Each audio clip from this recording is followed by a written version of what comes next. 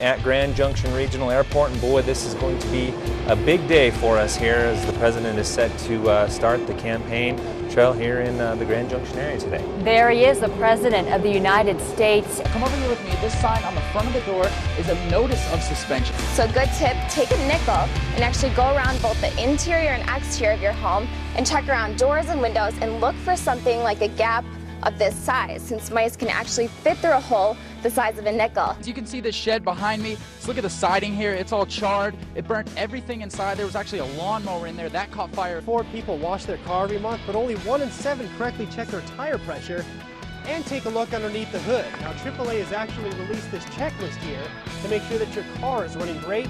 And Children's Miracle Network and some of those organizations, we take it real serious, and we always took it serious and tried to raise as much money as we could. But a couple years ago, Chris and I went to St. Jude's Hospital in Memphis and spent a couple days, and that's when it really hit home to us, because we met the doctors, the scientists, the nurses. We even got to spend time with some of the kids who were in treatment.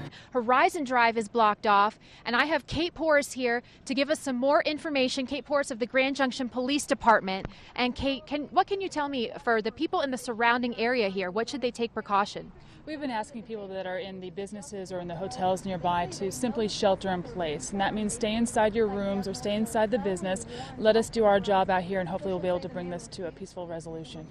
And where are people able to go, because Horizon Drive, where areas are exactly blocked off? It's a very short section of Horizon Drive, right at G Road and then right about Applebee's on Horizon Drive, making sure that the people in the surrounding areas are safe as well. Okay, thank you, Kate. Thank you very much. We're going to keep you updated on this breaking story, and we'll have more for you on 11 News Today. Out of nowhere, there was a huge explosion, like you wouldn't believe. Corey Wright was sitting in his home Tuesday afternoon when he heard a booming noise come from the house next door. Our windows blew into our house, and first instinct was make sure everyone's okay.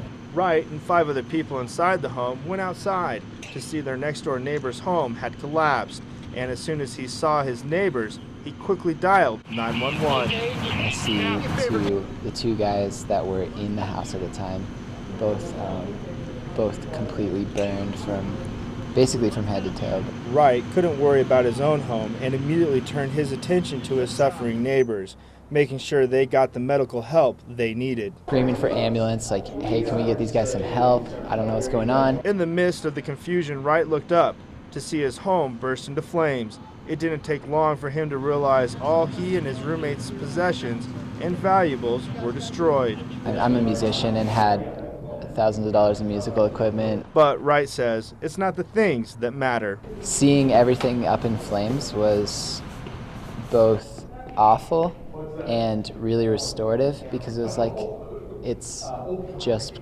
possessions. There's so many more important things. And honestly, life will go on. I mean, at the core of it, it's just a restart. In Grand Junction, Andrew Reid, KKCO 11 News. So we were fortunate enough to have some brood channel catfish from our Los Animas hatchery over on the east slope. And we stocked a 29-inch fish that averaged about 10 pounds.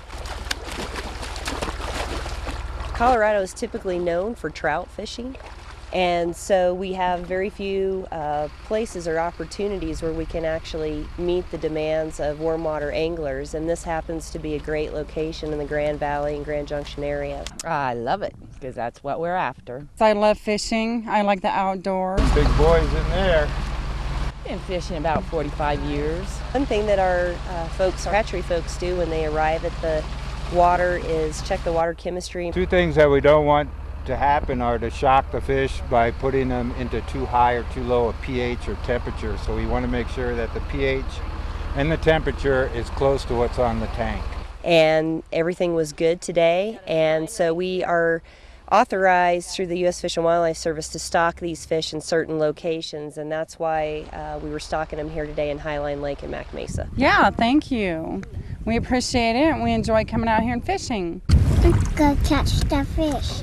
I love it, but don't tell anybody, because I want to catch them all. I got it. On July 2nd, 1994, a lightning strike started on top of Storm King Mountain and started a small fire. On July 6th, at 4 o'clock in the afternoon, the fire blew up. A combination of topography, wind, and fuels caused it to race up the hill. There's a lot of significance to the events on Storm King Mountain. It has a personal meaning here locally to this district and this area, these firefighters around here. This not only affected them personally, and it affected every firefighter across the country. About 4 o'clock in the afternoon, 35 to 40 mile-an-hour winds hit the fire.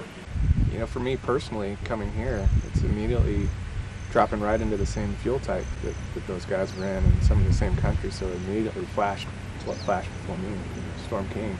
Firefighters didn't see it coming until the last moment. 14 of them didn't make the time. When you lose one firefighter, it's tragic, but to lose 14 in the same day, it really hits us. This time and take a moment of silence for the 14 folks that lost their lives on Storm King.